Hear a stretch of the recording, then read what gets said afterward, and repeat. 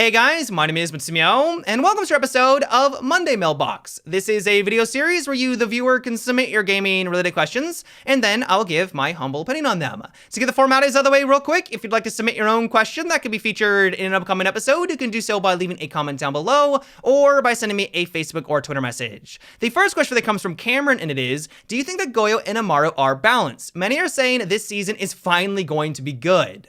Well, admittedly, it's probably a bit too early to tell because we've only been able to play on the technical test servers for about 2 weeks, but in that time, I've been really impressed with this season.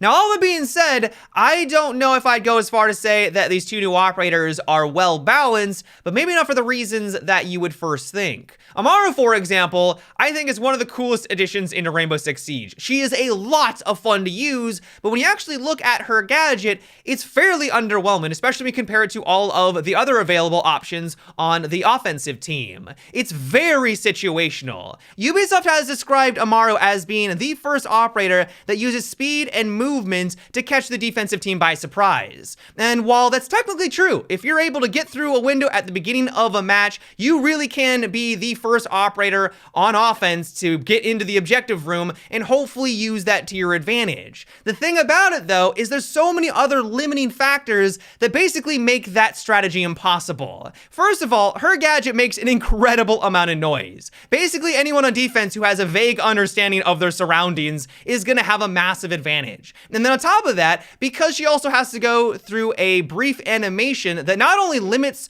her speed when she lands, she's not able to sprint immediately to duck for cover, but also she can't ready her weapon immediately. That gives anyone on defense who's right there basically a free win. There's really nothing that Amaro can do about it. And so it's because of this, as Amaro, you really can't use that speed that they advertise in that description to its fullest. As soon as you try to go through a window and someone is there, you basically lose. And so you have to drone out the objective. You have to drone out that area, which slows down your progress. And so the hope that I have is that while once again, this might be too early to tell, some people are already coming up with really cool strategies like the double breach where you and Amaro go through a window that can really catch the defensive team off guard. I really think that they need to do something either to speed up the animation of when you land so that you can actually kind of interact with what's going on around you, or maybe not make that gadget nearly as loud. On top of that, it would be really nice if there were more ledges that you could rappel up to. For example, in Bank in the main lobby, you can't use her gadget to get to the second floor, that second floor balcony. It's just not possible. You would think that that would be available, but you can't. And so that movement that she was advertised as really goes to waste. Now, as for Goyo, I think that he is absolutely incredible. Some people are saying that he's overpowered, and that's kind of what we talked about last week, but there are so many ways that not only you can use his gadget, but you can also counter him. I don't want to go as far to say that he's going to be the next Mira, but they do share a lot of similarities other than just the vector. The fact that you can transform the objective in a meaningful way and put up obstacles in different lines of sight that wasn't possible before. Just like Mira, you can use it as an aerial denial, not only because if someone sees this down a long hallway, they're probably not going to want to push from that angle because they don't know if anyone's behind said shield, but also if you need to run down the clock, you can just take out the gadget and cause that fire effect, which will take anyone out that runs on through.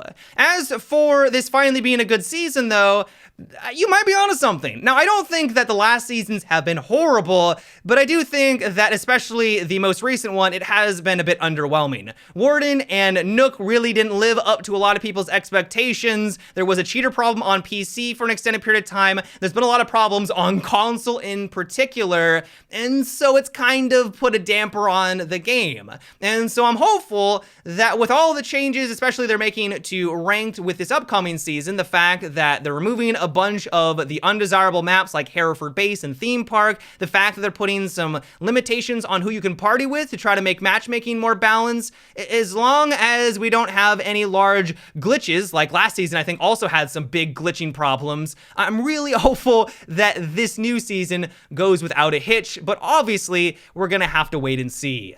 The next question is, do you think that Ubisoft will ever add a 4 armor, 0 speed operator?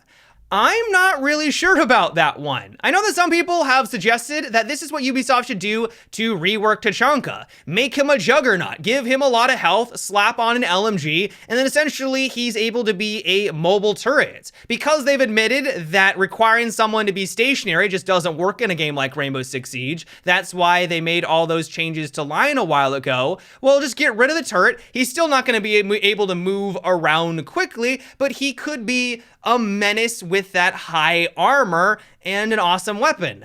The thing is, though, is that I don't know how viable this would be in the long run. Yeah, this would probably be better than his current state, but having 4 armor sounds great, but not being able to move around very fast isn't really all that advantageous because of the one-shot headshot mechanic. Now, I fully understand, especially at lower ranks, if you're brand new to Siege, headshots may not be something that you're able to land consistently, but if you're moving at the speed of molasses, it's not going to be very difficult to actually line it up against this character.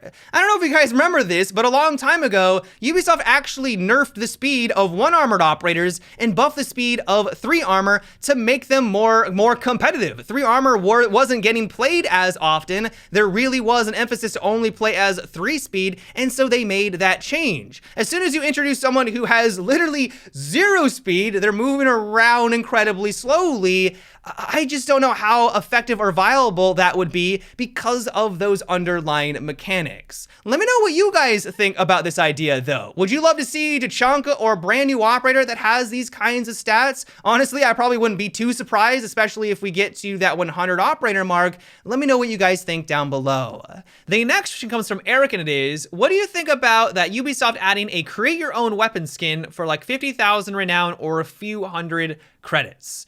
I am 100% on board with that idea, especially if I was able to go into existing skins and just simply change the color of them. For some reason, Ubisoft really likes the color red. You'll notice on a lot of the seasonal skins that red is a theme, red and gold. And while those look awesome, it'd be cool if I could change it to like a blue. I don't know if you guys know this, but I really like the color blue or a green or a purple or whatever I would want. And then that all of a sudden would really change that skin to me. If they were able to make it also much more robust where you could cause or put in different textures or whatever you want and create your own actual skin, I think a lot of people would find enjoyment out of that. Where we start to run into problems, though, is how feasible is it for Ubisoft to create something like this? I can only imagine it would be very challenging. When they're creating a weapon skin, they have a lot of tools at their disposal to do so, but those tools would probably be very difficult or arcane for your average user to use. And so they would need to go on in and create a robust system that gives you plenty of options with plenty different kind of colors, different textures, placing them on the weapons properly because each weapon is different. You need to have everything mapped out properly to make it work.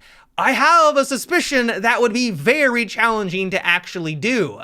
And so while I would love to have something like this introduced into Rainbow Six Siege, I'm someone who probably gets just as excited for the new seasonal skins as I am for the new operators. I love being able to customize my weapon the way I want it and have a different look. I just don't know if this would be something that is worth their time investing in because I can only guess it'd be quite challenging.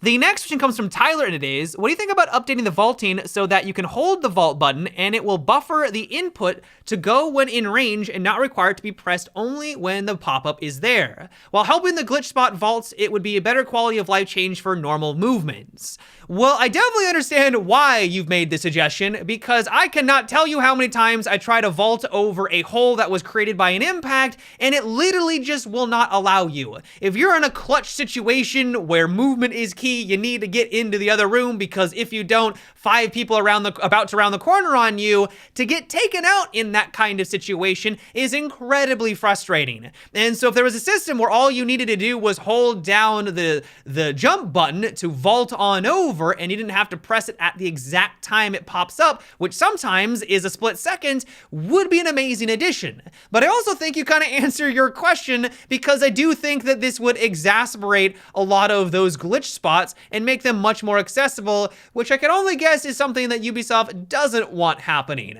You know, a lot more people would use this to get into locations that would give them the advantage because people aren't expecting them to be at the top, you know, the top of the building out of nowhere, which would detract from the gameplay. And so I think that this would be a great quality of life improvement unless Ubisoft really shores up these glitches and removes them. I don't see it happening anytime soon. But yeah, guys, that is what it for today's episode of Monday Mailbox. I hope you enjoyed. I do want to apologize for not releasing this yesterday, but I was very sick. I don't want to get into the details, but it was rough. I'm feeling better now, thankfully, but try as I might, there was no way I was going to be able to get a mailbox episode yesterday, and so I appreciate your guys' patience. As always, if you'd like to submit your own question for an upcoming episode, you can also leave a comment or by sending me a Facebook or Twitter message. But until next time, guys, have a good one and take it easy.